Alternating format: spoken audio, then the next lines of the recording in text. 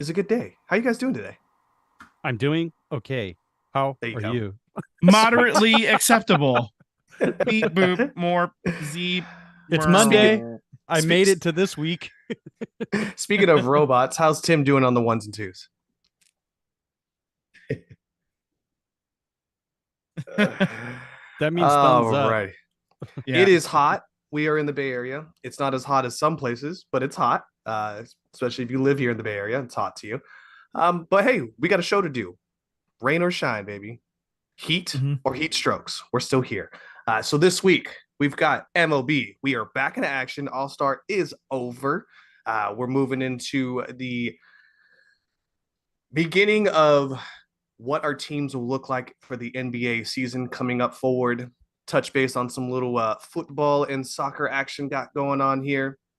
And if we got some time, we got some cool, interesting news that's coming out of the NFL that I think should shed some light and I think should be talked about as far as what's going on in the current world of NFL. So without further ado, Vincey, my guy, I know we just Vinci. I know we just came back from the All Star break. How are the A's doing? Are they doing like 10 times better than previous? No, they are continuing the trend that we saw before. They dropped all three games at home against Minnesota. They lose 5-4, 10-7, and 5-4 again. This week they have three games at home against Boston, and they have four games at home against Houston. They are currently 25 wins, 70 losses, good enough for dead last in the AL and the But AL West. remember though, it's the A's. The A's are the reason why the Yankees fired their hitting coach. I will die on that hill. Okay. What minor solace we can You couldn't get, you couldn't hit the A's pitchers? You're out of here. kindly kick rocks, sir. Yeah, that's exactly how that went. We're calling in Sean Casey. That's right.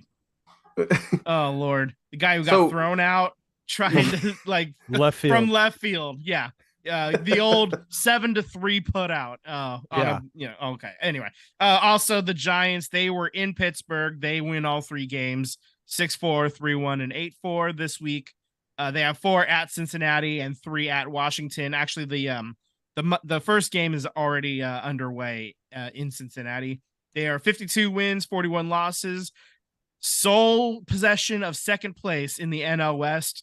The Diamondbacks have dropped four in a row. They're starting to fade just a little bit, like we are thought they Diamondbacks in might. first or third? They're in first still. Diamondbacks are in third. The Okay, Dodgers are in Dodgers in first with first. a game and a half lead on the Giants as we speak. So it's safe to say that neither of these teams are in play for Ohtani, but most definitely not the A's are in play for Ohtani, right?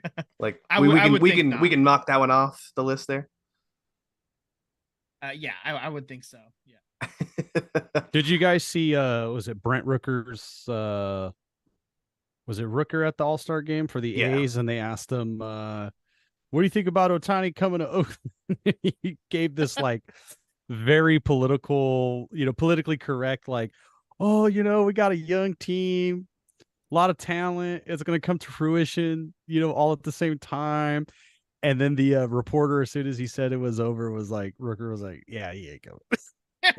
You know what? You know what probably happened in the locker room? They probably had all the A's players stand next to each other in a row, and I bet you the coaches went look to your left and look to your right because these guys will probably not be on the team with you next year. He might not even be on the team. I mean, Right? Exactly. Yeah. he might get traded. So we're not getting Otani. I We're would think not. The so we're Giants are always going to be in discussions of getting high talent and then never actually get them. So there's that. That's why we think. That's why I agree that Otani's not going to the Giants either because they all. yeah. It's just something always happens, and the Giants are always, the second best offer, and they always miss out on basically everybody. The Giants are like they're like we have money and we're gonna play money ball, but with like coupons. Like that's the Giants, right? Like they They're could the shell out if they extreme. They're wanted the to. extreme coupon clippers. They're the ones Yeah, that like they have the basement stocked full of like 10 jugs of laundry detergent and they're yeah, buying stuff. It's just at a wholesale price. right, exactly. I Um, actually I actually kind of want to chime into the Cincinnati game. Did you guys see Ellie's throw from Oh shortstop my, the other it's like game. 180 mile an hour fastball across the diamond. He like broke the Statcast record from like Yeah. 2005. It was like 95 miles per hour. He threw a ball to first base to get a guy out. It was insane. Wow. We were talking about him last week on our show, but yeah. Right. Obviously, I'm still going to build around Ohtani, but man, he is fun to watch, and I definitely want to chime into some of these Giants games. And Real quick, shout out Daniel in the chat. He was on last week. We're probably going to have him on again either next week or the week after, but just wanted to say what's up. And with Ohtani, there's a lot. I mean, local radio. I mean, I know it's local, but they spent the entire day talking about Ohtani going to the Giants. And Twitter was also talking about Ohtani to the Giants. The thing that they were debating was, could you trade for him? Could you put a package together and trade for him, because the Giants have a pretty fairly loaded minor league system. And the debate is if you trade for him, maybe 10 weeks, you can win them over and sign them in the off season and do something like they did with Hunter Pence. Right. But the problem is various hosts were bringing up the statistics of when you trade for a guy and how likely are they to re-sign with you. It's really not that much higher. And especially that this is Ohtani's probably going to be his biggest payday as a free agent. You're probably not re-signing with any club that you get traded to. If you get traded, he's going to free agency and he's going to get, he wants to see what other greener pastures that every team has on their side of the fence. So I don't think trading for him guarantees you that you're going to stick, he's going to stick with you. Also, too, I would be terrified if you part with 6-7 top prospects, maybe 2 or 3 pan out for a 10-month loan. For a 10-month, and then how many it took Farhan Zaidi 5 years to get the minor league system to where it's at right now. And all of these guys are not going to pan out. If you get a couple of them too, that's a good farm system. What the Dodgers have done and the Astros have done is kind of rare. That many prospects hitting, that many guys coming up and hit it, being serviceable major leaguers right away, right off the bat. Yeah. Go ahead. Oh, I was going to say, Daniel's bringing up in the chat, the Dodgers are a couple of examples. They traded for Manny Machado and Max Scherzer, and both of them left almost immediately after hitting free agency just a couple months later. So, I mean, it speaks to that. Even the Dodgers are not going to re-sign everybody that they trade for, Yeah, I mean, all the money on the Giants, planet. though. The Giants had Chris Bryant, and he went to go play for a crappy Colorado Rockies team. I mean, it's not even in their history that could even happen for them. I will say that the NL West is probably off the cards to get Ohtani. I don't know what the Dodgers could really trade in assets to get Ohtani. The Padres don't have anything. Their farm system is probably almost dead last. I don't think the Angels trade him to any SoCal team, and I don't think they trade him to the San Francisco Giants. So if they do trade him, it's going to be somewhere not in their market. I think as a free agent, I think he would sign with the Dodgers, the Padres. I'd put the Mets, the Yankees in there just because they're going to open up the even wallet. Seattle for the Japanese connection. They are a dark horse player, I would say. I don't think he'll actually agree with there, but I think that they could, raise the price on the other teams at least, right? Make it an interesting bidding. I think the Mariners just don't have $950 million to offer a guy. I think that's the problem that they're running into. Do they have the lineage? Absolutely, 100%. Yeah, for sure. That'd be a great place for him to go. I don't think, from looking at a standpoint, that if he were to be traded, he's not going to an AL West team. So I think he would knock the Astros off. The Rangers, you'd probably knock them off too. They're in first place, but they're one of the best teams in baseball. In reality, where could he go if he was to be traded? Man, I mean, let me reset it like this too: is if you're the Giants and you give up 5-6 of your top prospects, does that make you a World Series contender? Yeah, exactly. I think you got to take a scope of your team, and I don't think the Yeah, Giants and I don't think they would are make scoping them that. I think it makes them an NLCS contender. I don't know if it gets them all the way to the World Right. Series though. Yeah. I think it makes the Dodgers like legit, or even more legit. I think it makes the Yankees that much better because there's a lot of players that they're going to be able to bring back, and they're going to make other moves. You know, the Giants, how much more payroll can they add? The one thing that the Giants have going for them is this fucking bullpen. Like the bullpen has been lights out. Like Yeah. that's the thing that like you look at World Series winners and bullpens, and the Giants got a really good bullpen right now.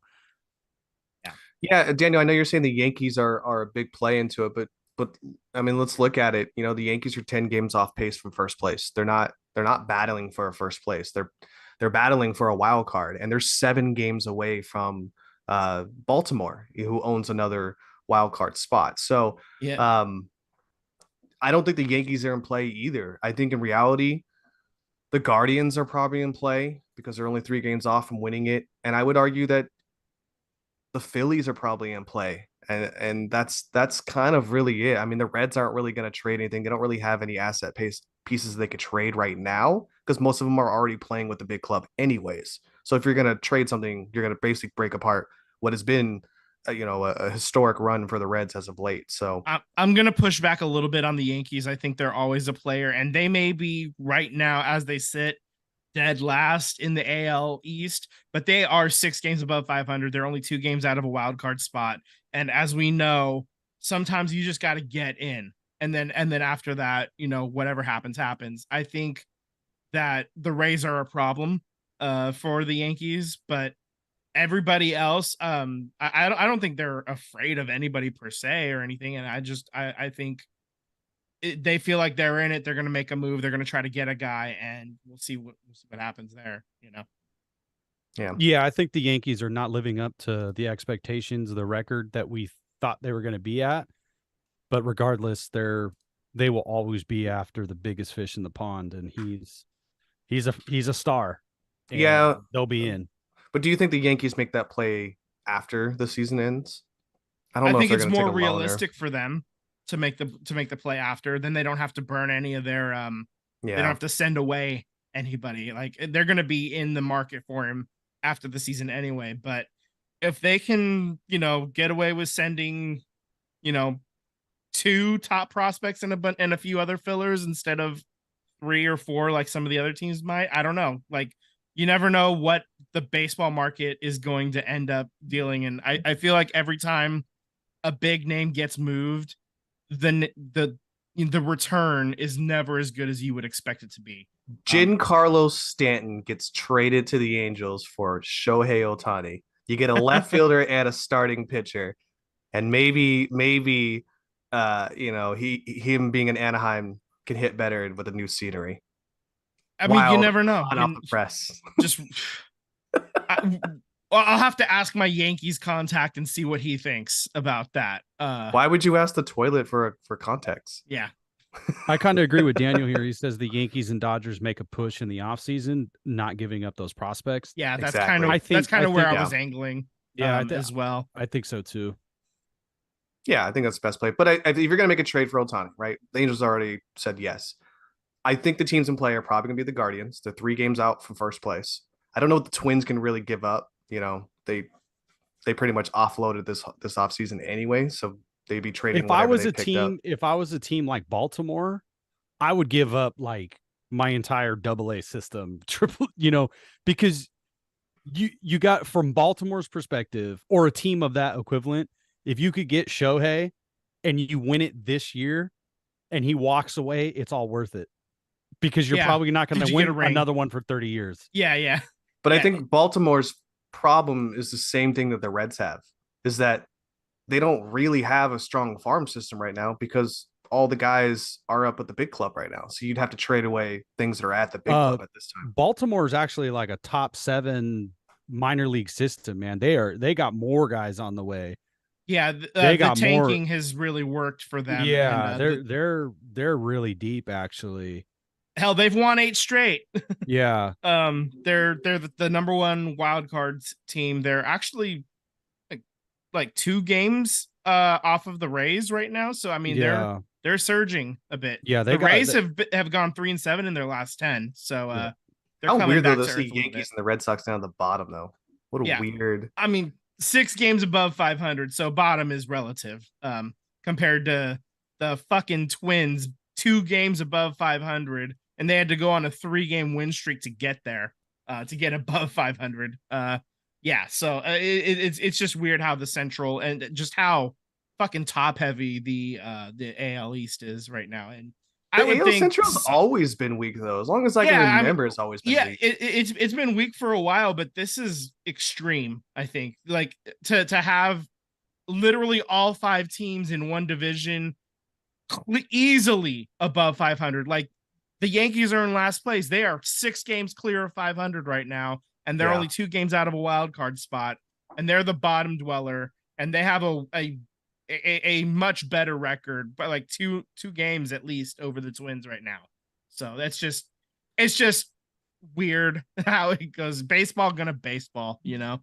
Yeah, but I agree with Sam that he's not going to go to an NOS team. He's for sure not going to go to an AOS team. You wouldn't trade within your own division, especially in the same season. So that would be just absolutely. It would have to be a hell of a return for that, for them to do that. I mean, and they are out of it. The Angels are definitely not making the playoffs this year. They're doing exactly Angels gonna Angel, right? Unfortunately, Mike Trout's hurt, and exactly. They're 2 games under 500, and I mean we can circle back to now looking at what our predictions were. Yeah, and now that we've hit the All-Star game, I think now's the time to look at it.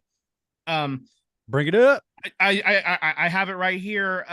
Let's start in the American League. Let's actually start here. All 3 of us had the Yankees winning the AL East. Can Tim get this on the screen? No, he can't. Because I'm not gonna share, I guess, because it's weird. So let's see. We all had the Yankees winning the AL East. Clearly that's not happening. The Rays are 10 games ahead right now. We all had, let's see, we had the White me Sox. and Sam had the Guardians. Tyler had the Twins winning the AL Central. Hey, I'm coming up, huh? Coming up. Look at you. Look at you. Yeah, look at that. Yeah, the Guardians are only like a game back though, so don't breathe too easily yet. As far as the West goes, 2.5 games. 2.5. 2.5. Whatever. I don't. I'm looking at the wild card standing, so I have the wild card team. An inch is an inch. Inch is an inch. That's fair. All right. So the East, the West. The Sam and I had the Astros. Tyler, you had the Angels. I was close. We just talked about this. We literally just talked about this. And we said that I remember saying that I didn't want to pick the Rangers because they had a terrible season last year. They put all this money into it, and just goes to show you that Bruce Bochy is one hell of a coach, man. He really is. Bruce Bochy's underrated as fuck. So our wild card teams, Sam had the Blue Jays, Twins, and Mariners. I had the Blue Jays, Mariners, and Angels. There we go. Vince fucking up with the Angels there. Tyler, you had Astros, Mariners, Guardians. So the Mariners, we all had them in the playoffs. They're only, let's see, they're 5 games out of a playoff spot right now. I was close. That was 66%. They're at 500 right now. I don't think that the Mariners are going to make it. The Guardians are probably the only way they get in is by winning the division. They're not going to catch a wild card team. Astros are so the real standings right now. The Rays are up top the East. The Rangers are on top of the West, and the Twins are on top in the Central. The wild card teams in the AL are the Orioles, Blue Jays, and Astros. If the season were to end right now. So that's kind of interesting. The Rangers are in there. The Rays. None of us had the Rays. I think we just forgot about them when we were making our picks, Well, they also offloaded a lot of talent this season. But you know what, though? I should have guessed. Wander Franco So the big surprises here are the Rangers and the Orioles really just played themselves into serious baseball here. As for the National League, Sam had the Braves, I had the Mets, Tyler had the Phillies. So naturally, it's the Braves up top. Sam, you're leading the pack there. For the West, Sam, Tyler had the Padres. I had the Dodgers. Right now, I'm correct. All hail me. As I for the mean, Central goes, the Brewers are leading the way right now. All three of us picked the Cardinals. All three of us suck. no, the Cardinals suck. The Cardinals that suck. has to be the biggest, like, everybody picked the Cardinals. I mean, you could like so many people were high on the Cardinals. You got the NL MVP, and you show up like this in soiled underpants. Ooh, yeah. Really just giant shit string man, all over poo all over their drawers, man. I really don't get crap I the mean bed. everybody is just not having a good season. Right. You know? So here's our wild card predictions, just so that we have that clear. Sam, because you had the Padres winning the division, you had the Dodgers as a wild card team. The Mets and the Phillies were your other two. I had the Braves, Padres, and Phillies. Tyler, you had the Braves, Mets, and Dodgers. We all are wrong about the Mets. Yeah, that's not worked out really at all to anybody's expectations. But to be fair, the Dodgers could be a wild card team. Yeah, if the Giants, sorry, Daniel. Like if the Giants somehow make a move and the Dodgers like fall on their faces, I think the Dodgers are really starting to figure it out. So if the Giants don't make a move, the Dodgers are gonna run away with this by the end of it. By the time it's all said and done. Right now, the Braves, Dodgers, and Brewers are your division leaders. The wildcard teams are the Giants, Marlins, and Diamondbacks. The Phillies are only a half game out, so the Phillies could sneak in there and make us all look like geniuses by picking them. Nobody picked the Marlins, man. What the hell was happening there? The Reds are 2 games back as well. God, the Padres making us all look stupid, just like the Cardinals made us all look stupid. God, your team, Tyler, 6 games under 500. Yeah, you know what it is? It's just, I mean, they're just mediocre in all stat lines. I mean, their pitching shows up one day and then doesn't show up for 2 more days. Right. Their hitting shows up for 2 games and then show up for the next 4 games. It's just mediocre. Right. So as it stands right now, all 3 of us had picked National League teams that are nowhere near making the playoffs. Sam had the Cardinals. I had the Mets. You had the Padres, Tyler. So we're all just so fucking wrong about who the National League champion would be. And we all picked the Yankees to be the American League champion. The Yankees are only 2 games out of the wild card. If they make a move of some kind, and they can get a little bit healthier as we go, who knows what happens there. So there's your check-in for. Did we pick a World Series winner? Yeah. So Sam had the Yankees. I had the Mets. You had the Padres. Okay, yeah. So I know there's not much more left on baseball, but looking at the standings now, right? I don't know if you guys are seeing them. If you have them in front of you, put them in front of you here. Otherwise, I can name all off here. But who do you think at this point is a front runner to probably be in the World Series and or win it? Atlanta. Yeah, I think so too. I mean, Atlanta, and I mean, if the Dodgers get the pitching healthy, Daniel brought that up.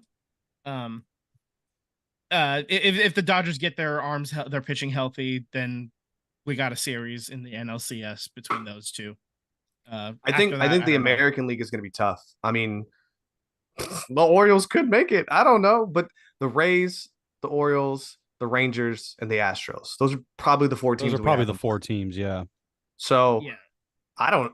Man, it's so easy to bank on the Rays because they have experience in doing this because they've been to the playoffs so much. But yeah, I mean, I don't even like as great of a manager as Bruce Bochy is. I don't know how the team is going to hold up. This is their first playoff, run of any significance since the early 2010s. It's been a decade. It's been more than a decade since they were last in the World Series, playing meaningful baseball, and the Astros are only 3 games back. So do the Astros come back and catch the Rangers in these last couple of months as well? Who knows? Right. Maybe they swap.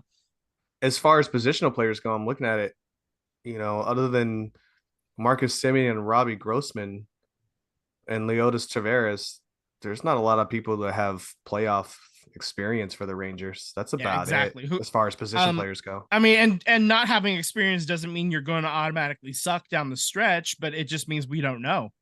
We don't know how you're going to react to high pressure situations.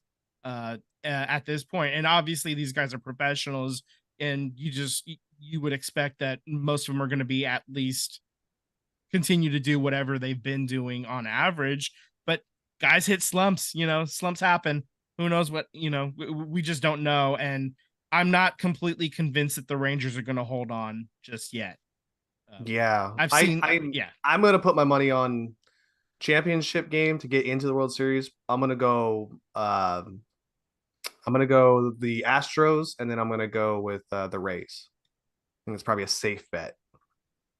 And then I'm gonna go Rays get into the World Series to go play the Braves. That's my opinion. Just keeping it all in the southeastern corner of the states, huh? Yeah, and I think the Braves are going to win it out. Yeah, they're so good. It's tough to see. Right now, I think anybody would have to at least concede that the Braves look really, really good, and that's going to be a tough out. It's a tough ask to get them eliminated at any point. So we'll see how it goes. We'll see how the rest of the season shakes out. But I think that's it for your check-in on how terrible we are at picking winners.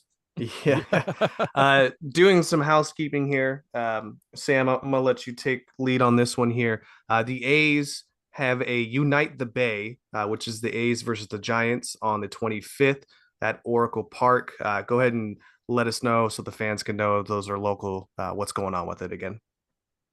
Yeah, so if you guys, anybody who's been watching and living under a rock, John Fisher's a terrible owner of the Athletics, and he's the douchest of bags. So there was reverse boycott, and now there's another I'll say a protest happening at Oracle Park, SF Giants. So there's going to be a ton of these. You can sell the shirt if you were not able to get one at the reverse boycott. Oaklandish is selling them now in different colors. So if you want to have a sell shirt in your team's colors, you can go to their website and order those shirts. Come on, Baltimore, buy one. So this Tuesday is we're calling it Unite the Bay, A's versus Giants, July next 25th. Tuesday, not this Tuesday. Next Tuesday, excuse me. Yeah. July 25th at Oracle Park. And this is A's fans are not taking over the ballpark. We're uniting. Giants fans are, I'll say, kind enough, gracious enough to welcome a visiting fan base into their home and support Oakland baseball. I find that very endearing and sweet and kind. We've talked about it a lot on this podcast about how Walter Haas surrendered San Jose rights to the Giants if it meant keeping the A's in Oakland. And this is not a gesture from Giants ownership. I don't expect them to make this type of gesture because it's not the same ownership group from those early 90s. And the Giants ownership, they are a business. They are very corporate. It's not owned by one person. It's owned by many, many people. But I do appreciate the Giants fans supporting the A's fans and their efforts. And I'm sure there's going to be more coming about as the season goes on. There is check for it on Twitter. There's a documentary on the way that's being made by a fan who wants to keep the A's in Oakland. He had access to Mayor Sheng Tao. Some other well-known A's fans are in the documentary. As you know, some of you know, just real quick about the All-Star break. There was quite a presence at the All-Star game about what's going on. Thank you for mentioning this. I was going to mention this too. So yeah. So it's pretty cool. There's a checklist of seeing sell shirts at like different stadiums. I think there's only like 2 stadiums to go, and there's been a sell shirt documented at like every stadium in MLB. Because the problem isn't just with Oakland. This is going to happen with Milwaukee. Milwaukee ownership, the Milwaukee Brewers ownership is already asking for money, $200+ million to renovate their stadium after, the city paid half the ballpark to build it. So there's cities that are on the hook with repairing and keeping these things up to date Otherwise, MLB and sports leagues are going to threaten to leave. So it's literally holding cities hostage. Of course, there's business to be done. Of course, Oakland should help out the A's develop certain things, but not at the expense of education, not at the expense of police, not at the expense of healthcare. These are major markets that have a lot of needs, and we're seeing that even with Nevada, with Las Vegas, as they maybe get the A's. Is they're the teachers union is being completely forgotten about, where teachers were asking for supplies, for materials to teach these children, to a free lunch program to feed children that are impoverished and need a healthy meal. And Well, one thing to note with that is that it wasn't like they just asked this year. They've been asking for they've been asking multiple for years. years. And John Fisher comes in and gets a deal in 2 weeks, you know? And they offer, the A's come in and in a couple of weeks ask for $500 million with a PowerPoint presentation, no money secured, no architects secured, no plans secured, nothing secured, and then the state hands them 380 million, no questions asked, and no city should forget about their education. No city should forget about children, and the needs of a city. So if you want to learn more about that, there's a ton of information on Twitter. Just search Unite the Bay, and that hashtag will link you to everything. I know there are some homemade baseball cards that are going to be going around. Some fans made baseball cards, and there's some special edition baseball cards in there. So check out Hot Dog How. He has some cards that he's going to be handing out. There's like Unite the Bay cards that are going to be going out. So that's like real quick. That's like the last thing I'll say is like the silver lining is I've unfortunately I've down the rabbit hole of being really, I'll say, cynical or upset with people who come down my road and say, let it go, let the A's go, it's done. My counter to that is you let it go. Let go that people are going to argue about it. Let go that people are going to fight for what's right. And why are people taking the sides of billionaires? So the silver lining is I have seen more people come together about the A's issue than divide us. I see more union in baseball amongst fans than I see divide. So I find that as a silver lining. Of course, I would love to keep baseball here. So if you're listening to this, keep those hashtags trending, keep the pressure on John Fisher, boycott the Gap and everything that he owns. This person does not deserve to own a team. And this pressure should extend to the earthquakes. They have a stadium. They have a revenue stream, and he don't spend money. Yeah. So you can't tell me that the A's are going to get a shiny stadium in Las Vegas, and then all of a sudden they're going to be, number one in payroll and going to the World Series, and this tiger just changes stripes or zebra changes stripes, however you want to call it. He ain't going to change. This is how he runs the Gap. This is how he runs the earthquakes. This is how he runs his business. Just look at his business. This is how it's run. It's vulture capitalism. Buy something and rip it of its resources. And it's not just him, it's other teams that milk and suck cities dry. And you see it with his other businesses. It's absolute trash. I could go on for hours, so I gotta cut myself off. Yeah, to your point, I mean, the Rockies, Baltimore, the Tampa, those are some cities I can name right off the top of the head. Milwaukee as well. That ownership just tends to not give a crap what's around them, just what can fill their pockets.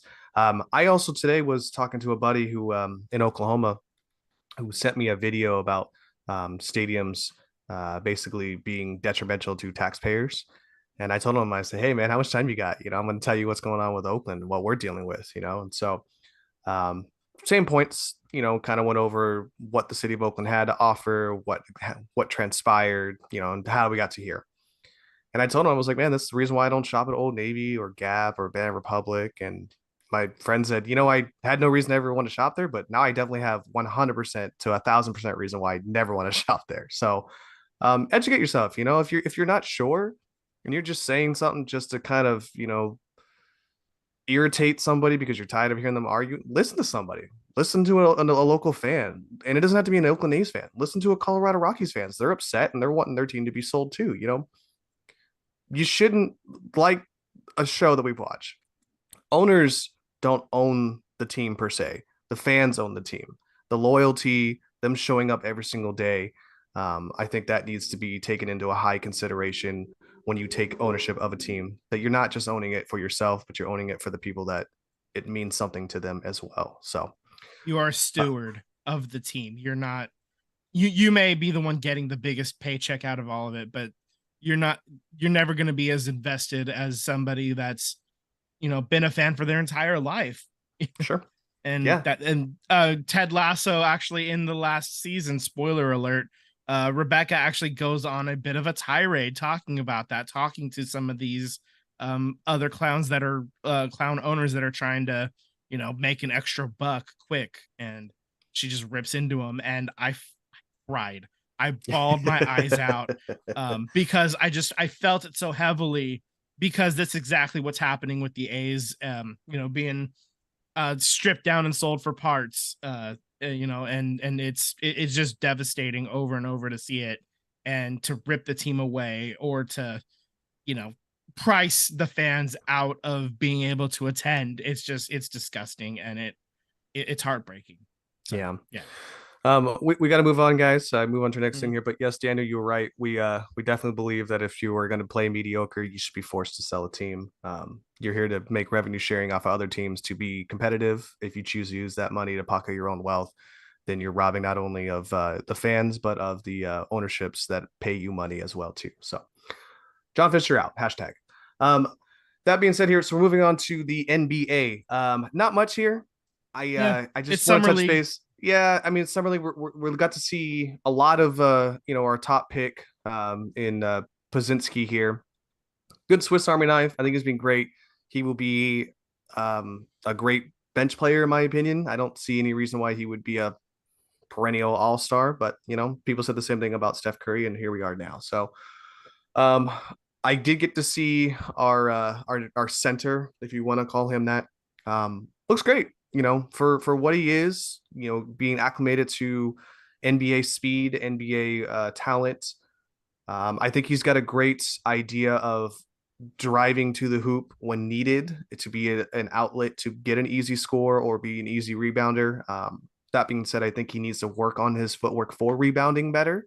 And getting with Looney, I think, would be the best thing possible for him. So, but the kid that I think is the most impressive of Summer League is the kid from the Houston Rockets. I think the Houston Rockets got an absolute steal. He had like 6 or 7 threes against that last Warrior Summer League. To me, he looks like a Marcus Smart 2.0 with a jump shot, which sounds kind of terrifying. I know that the Houston Rockets are trying to get James Harden. If you're trying to get James Harden, I'm trying to trade for this kid, because I think this kid is going to be something in the league that's going to be talked about, and not just a bench player or 6 man or anything like that. But yeah, and the kid's name, just so you guys know, it's Cam Whitmore. So Cam Whitmore. Okay. So keep your eye out for him. I promise you, he'll be something in this league. I feel it in me bones. So, any thoughts on Warriors Summer League? Did you guys catch anything, any highlights or anything like that? Yeah, just not going winless isn't great, but that being said, it is Summer League. It doesn't really matter. You're just trying to get some of these rookies acclimated, and you're trying to get veterans that are kind of on the bubble a couple extra looks. Yeah. And if those guys look good, they may not even land on your team, but they're auditioning for 30 teams when they're in the Summer League. So well, trying to get a job. Before we leave here, I want to touch base. Did you guys see Steph Curry? This man is not even on the court, and he's making highlights in one. I was there, man. Yeah, Sam was there. Yeah. How about on Saturday, he putts like, I don't know, 25-footer, 30-footer, right? Turns around because he knows the putt's in his classic I just shoot this and walk away because I know it's in, and then Mhm. makes a hole in one in that game, or later in that round, and then yesterday wins it with an eagle putt. Is there anything that Steph can't do? I swear. I love the tweets that come out that says, "Hey, this guy should try out for basketball." Yeah. He can't Right. dunk. He could dunk. I've seen him do it. Him and Chris Paul. I've seen them do it. Are they good at it? No. Yeah, Are they like a 1 for 10? Yes. He ain't gonna win the slam dunk contest. I don't need him to Kaminga win the needs to slam join dunk the contest. Kaminga needs to join the dunk contest. I'm just saying it right now. He needs to join it. I want to see him. I did see that Steph, after Sabrina Ionescu, she like broke the record for like threes made in a 3-point contest. He's like, I got a new goal. So Yeah. look for Steph Curry to be in a 3-point contest next year, maybe. You know, maybe Clay, throw him in the mix could be too. fun. Could be fun to see what happens. You know, got a new record to chase down now. Yeah. Yeah, that's great. I think I get why some guys don't participate in some all-star games because it's a way to showcase. It's a brotherhood, right? So I don't want to take all the spotlights. Let's show it to some other guys in the league that you may not know as much and introduce you to something you've never maybe seen in your market. So I get why Steph and Clay have bowed out of it, but man, I want them back in the 3-point contest. I want them back there super bad. So could be fun. Yeah. Anything for you, Sam? On the NBA, you were there, yeah? I was at Lake Tahoe. We did when we were on the lake. We were in a boat, so we cruised by a section. You could kind of see a whole bunch of people on the golf course there, but not close enough to see who was there or anything like that. Oh, did you see who Steph, his golfing partner was on Saturday? No. Joe Pavelski. Oh, captain, my captain. What a great transition. So how are we trading Carlson? Maybe. they're still kind of in a holding pattern. There's no news really, just knowing that he's on the block. He did officially put in his request to be traded. He does have a no movement clause, so he kind of does control where he'll go. But the Sharks are, trying to figure something out because he's in his prime right now, and the Sharks are not a playoff team right now. So trying to, if you can move him and get some pieces back so that way the Sharks are ready to compete in like 3 years, 2 years, whenever it is. And Carlson can net them after getting winning the Norris Trophy, the top defenseman award. His value is never going to be higher, I think, as a Sharks player. So yeah, strike while the iron is hot. Try to figure out a deal and get something back for him. And he's got 4 more years. So whoever's getting him, they're getting 4 more years of Carlson. And at least 2 of those years are going to be prime years, assuming he can stay healthy. So, and he was healthy this past year. And all of his injuries in the past have kind of been like not really repeated injuries too often. Like it's always been, he's been injured a lot, but it's always been something different, which is, like unfortunate, but I wouldn't like it's almost unfair to call somebody injury prone if it's just something different that happens to them. It's just unlucky. I think it's a weird line to balance. Andrew Bogut had the same issues. Like he was always injured, but it was always something new. But Andrew Bogut also snapped his elbow in 2. Yeah. So but then he did, when he gave a full season, he got 72 out of 82 games in 2015, and he was a fucking beast. And the Warriors won the championship because he was healthy and playing at his peak. And this is what's happening right now with Carlson. Is he's at his peak right now. He is healthy right now, and the value is never going to be any higher at this point. You're trading at his peak, and this is the time to do it. So. I like hockey injuries because they're like the hokey pokey. It's like right leg, left leg. Well, it's literally just north and south of the equator. Yeah. Like it's either a lower body or an upper body. Upper body. Red leather, yellow leather. My body. Just don't say museums. So we're not talking about museums here. That's right. I hurt my upper body. Yeah, my upper body. My lower body hurts. Okay, give the turkey. There we go. We're ready to roll. It's like a battery and body. Just only 45 minutes late. God damn it. All right. Well, a sport that requires a net to another sport that requires a net. How are the Earthquakes doing here? So they won their last game. I said won. Okay, Won. that's what I heard too. Won. Well, fuck yourself. All right. Against Seattle, 2-0 on Wednesday. They're currently 8 wins, 8 draws, 7 losses, 32 points. 6th in the Western Conference due to goal differential. They're tied for 5th with Austin, but Austin has a 1 goal differential better, like 1 goal better on the differential. So their next game is going to be Sunday, August 20th at Vancouver Whitecaps. You heard me correctly. August. The regular season is being paused for about a month for a month-long Leagues Cup, during which time MLS teams will play against Liga Mexico teams, opponents, and they're doing like this whole tournament thing happening. I really hope it's like not as disgusting as what we saw from national team levels. Like I hope it's polite and politically correct. Like I don't want La Amiga matches down there being cut short. Right? Yeah, absolutely. We talked about that briefly with Daniel last week. So just keep the verbiage on this side of appropriate. Just no slurs, please. No slurs. No slurs. Just stay away from slurs for the love of all that is holy and merciful. Okay. Yeah, we all want to enjoy this League Cup. Yeah, so that's right. This coming Wednesday is the MLS All-Star Game.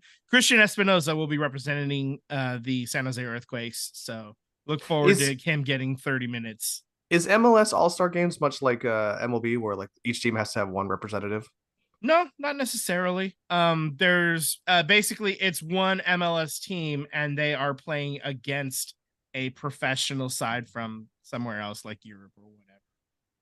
I forgot to look up which team they're playing. Let me do that right now. Well, while you're doing that, next week, stay tuned. Arsenal. They're playing Arsenal. Okay. Well, next week, Wrexham will be playing Manchester United. That's correct. Okay. I didn't know it was City or United, but I didn't want to get in tortured. San Diego. So I'm gonna be tuned for both of those. I want to see. I you know what I'd love to see. I like watching the MLS All-Star game because it's a good representation of like the talent level. If Arsenal puts their top players out, which they probably won't because they're doing contract deals right now. So, but if they put their top players out, it's good to see like a talent level representation of like MLS is probably what we say Championship League-esque, right? Yeah, they're probably, if you took like all the leagues in all the world, I think MLS is probably right around, I don't know, 28th? Yeah. Something like that. Like they're a top 30 league, but they're not a top 25 league. They're definitely not a top 20 league. MLS is trying to become a top 20 type league, and you got to work your way up to that. Messi coming certainly shines a light on MLS, and he's good enough to maybe make some of the other teams at least try to practice hard or maybe get a little bit better, added focus, added spotlight, shine a light, and maybe they'll. Will he score more goals than David Beckham? Yeah. You think so? David Beckham had like what, 5 years, 6 years?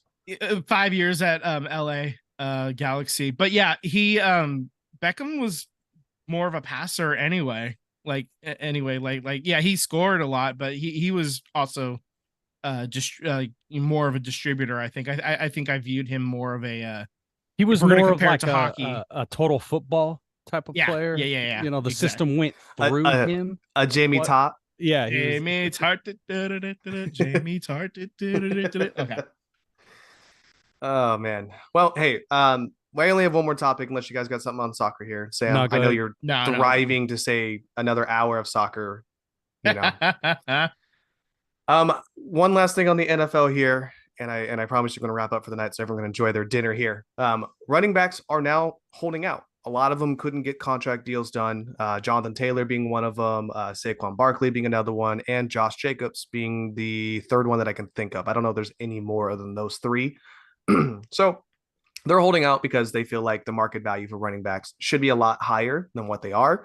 a lot of them are going to get franchise tagged. But to your guys' point, and it seems like a lot of running backs are coming out in defense and supporting their local, their teammates or teams of NFL teams. So like Henry came out, CMC came out, Jonathan Taylor tweeted again about how these guys should hold out. They should get more money, what they're worth. So what do you guys think? I mean, I think the value is way too low for running backs, especially you only get a shelf life of like maybe a good solid 6 years if you're lucky. For the top running backs, they get 6 years. Like that's it. Like Yeah. most running backs are chewed up and spit out in 2 or 3. Yeah. I'm not going to hold anything against Josh Jacobs or any running back that's trying to get the biggest bag over the most amount of years that they can get. So, for most of these running backs, they get their rookie deal, they get their first big contract, and that's probably the only big contract they really get. So, I mean, yeah, of course, I want him in a Raider uniform because that means he could potentially help them win some games. But at the same time, I've always been a person that's pro player and get the money that you get, because whatever, the owners ain't going to starve, Exactly. Ain't nobody else going to starve. So get yours too, man. You're the one taking the abuse, So I wish he was in the Raiders uniform and getting ready for the games for the season, but you got to do what you got to do, man. This is a massive payday for you. And this goes for all the running backs that are holding out. Yeah. I think the running Austin back Eckler. in Austin Eckler was another one. Yeah. I think the running back and the O-line positions are probably the most thankless positions in NFL. I think the O-line is just ridiculous. Those guys are mentally insane. Pushing back a dude who's like 285, 330 while getting your ankle rolled up on almost every single play. That's a thankless job. And then running backs too. I mean, hand you a ball, run through a brick wall. There you go. Have fun. And then, don't get a concussion while you do it. So, yeah. Guys, I don't have much more unless you have something you want to touch base on. Any lasting notes? I just wanted to point out that we neglected to mention the final results of the Gold Cup, and Mexico did end up winning. Congratulations to Mexico. US lost in the semifinals in the shootout, I believe. So gotcha. We did lose Mexico. out in the shootout against Venezuela. No. It was, I don't Puerto remember. I don't know. Latin country. Hold on. We lost to. Daniel will find it. Daniel will find it. Daniel knows. Say. I want to say it was like Panama. Panama. Yeah, I think it might have been Panama. Yeah, it was Panama. Yeah, I knew it was one of those. The final was 1-1, and then they lose 5-4 on penalties. So it's all right. That was the B team. Come see us at our A team. Yeah. Cade Cowell gets to go back and wait a month before playing with San Jose again. So that was fun. All right, fellas. Well, hey, everyone, thank you if you got into the chat here. Daniel, thank you for commenting. As always, look forward to have you on our next show. Those who are listening, come on in, chat, say something to us. We're here to interact with you guys. This is your show just as much as it's ours. So you guys are listening to the SVT podcast. Subscribe on YouTube and hit the bell to get alerts when we go live. Follow us on Instagram and Twitter. No, we don't have that new one from Facebook yet, but we'll work into it. We'll work and see if we got it. Yeah, we'll see. We might. Follow us at SVT Sports Pod. Slide into our DMs. We would love to interact with all of you guys. You guys have a great night and enjoy your week. Deuces. See ya. Later, guys.